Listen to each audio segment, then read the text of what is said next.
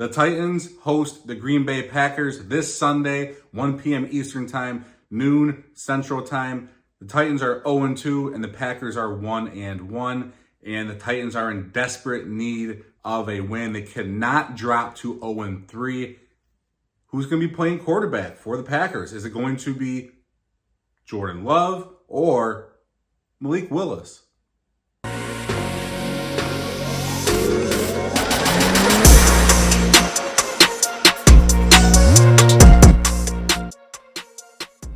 Hey, how's it going, everybody? Titan Uprising here. Thank you for tuning in.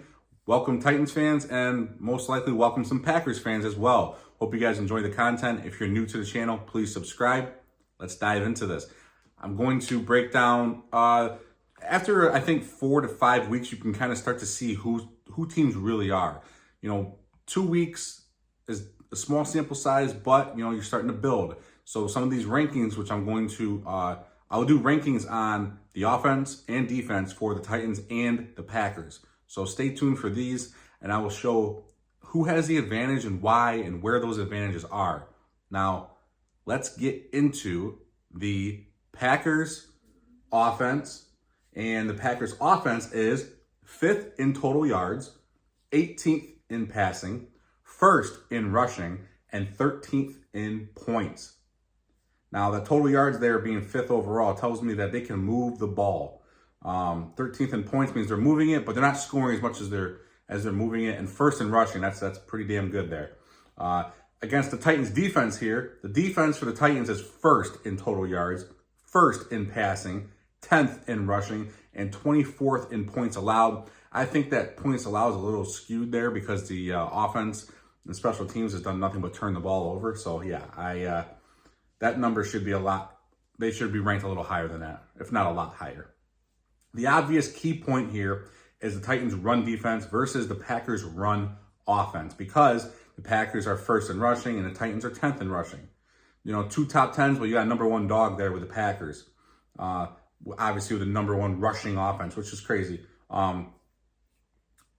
This will ultimately decide the game, in my opinion, because the Packers are either going to start a banged up Jordan Love or Malik Willis, who is not going to throw the ball more than 20 times.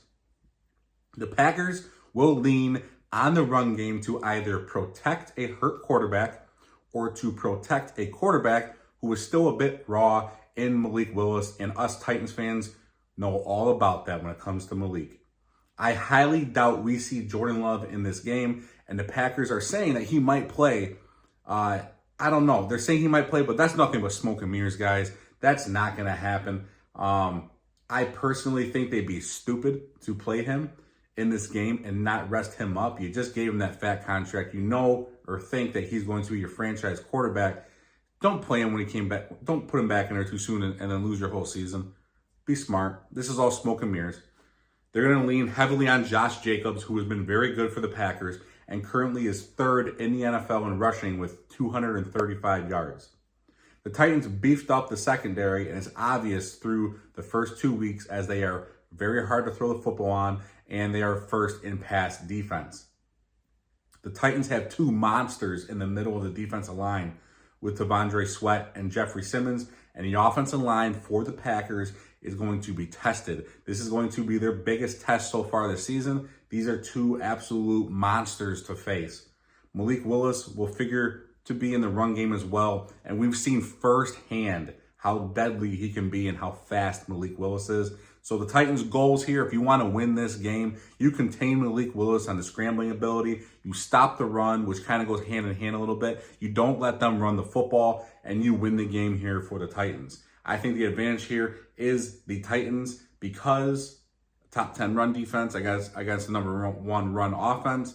You would lean advantage there, but it's not like we're saying number 1 rush offense and the 27th rush defense. So, it's not that far off. And the Titans do have 2 absolute plugs in the middle of that defense.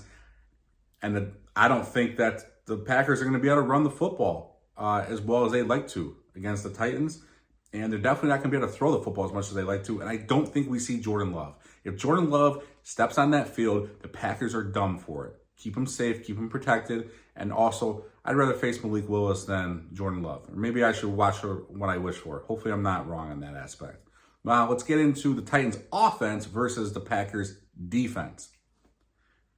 This Titans offense is tied for 24th in total yards, 27th in passing, 13th in rushing, and 24th in points. The unique thing is they are 24th in yards and points. So that's pretty telling there. The Packers defense is 27th in total yards, 26th in passing, 21st in rushing, and 18th in points allowed. Now, what we have here, guys, is not a good offense versus not a good defense. I think the run game will be important for the Titans, just as it will be for the Packers. The Titans can run the ball, as they just sit a little out of the top 10 there at 13th overall. And they have two very capable backs in Tyjae Spears and Tony Pollard. Tyjae Spears was limited in practice on Thursday. Let's hope he can get out in the field. Be a nice dynamic duo to have back there. And if Spears can't go in, you'll see a little bit of chestnut. The Titans will look to run a bit just to take some pressure off Levis. And hopefully he does not make any more dumb plays like he has the first 2 weeks. If this guy does it again for a third week in a row, he's going to get booed at home, and it's going to be loud, and I will probably be pissed off on my couch watching it. Levis will have to make plays through the air as well, though, in order for the Titans to win this game. And he should look to use some of that scrambling ability that he showcased last week when he took off and had a good run and got out of the sack in the pocket and showed us that athletic ability, because he is an athletic quarterback and he needs to use that to his strength, much like Malik Willis will be doing as well.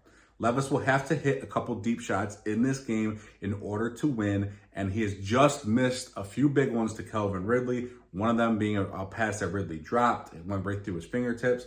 I think they connect in this game finally for at least one deep shot. I know they had a deep shot last week, but they could have had two. I think they're going to connect at least one, maybe two this game, and we're really going to start to see that relationship blossom, and it's going to be against this 27th ranked pass defense that the Packers have. Now, I go advantage Titans here again, just because they also have three good wide receivers. DeAndre Hopkins has been coming back slowly, but you have him with Ridley and Boyd, and then Chig as a tight end, and then you have the two dynamic backs in Spears and Pollard. I expect to see this Titans offense move the ball better than they have the past 2 weeks. This Titans offense the past 2 weeks has played the Chicago Bears and the New York Jets. Those are two great defenses the Titans have had to play. The Jets and the Bears are in a different league than the Packers. The Titans should be able to move the ball better on these two defenses. So that is why I think the advantage goes to the Titans offense there. And I think the Titans, like I said, their backs are against the wall. They cannot go to 0-3, and they're at home. The advantages are there. You're facing a backup quarterback. You got to go out and you got to win this football game, guys. You have to do it. Anthony Richardson threw a few picks last week. Anthony Richardson did. Will Levis cannot do that this game. Protect the ball, no turnovers. The defense needs a couple turnovers themselves. Now, one thing I didn't really get into too much because it just pisses me off talking about them, it's the special teams. The special teams advantage, I don't care who it is right now, special teams advantage will always go to the opposing team until the Titans learn how to block a damn kick. The advantage here for any team against the Titans special teams. And I didn't even get into the special teams because any team that plays the Titans, the advantage for their special teams will always be them, because the Titans, their special team sucks. The Titans special teams don't even know how to block anybody. There's a block punt, past 2 weeks. Until you prove that you can, block the players so they don't block the punt. Yeah, special teams sucks for the Titans. Advantage the other team every week until proven otherwise. Guys, let me know what you think down below. And I'm going to go with a 24-17 win for the Titans. Tighten up, guys.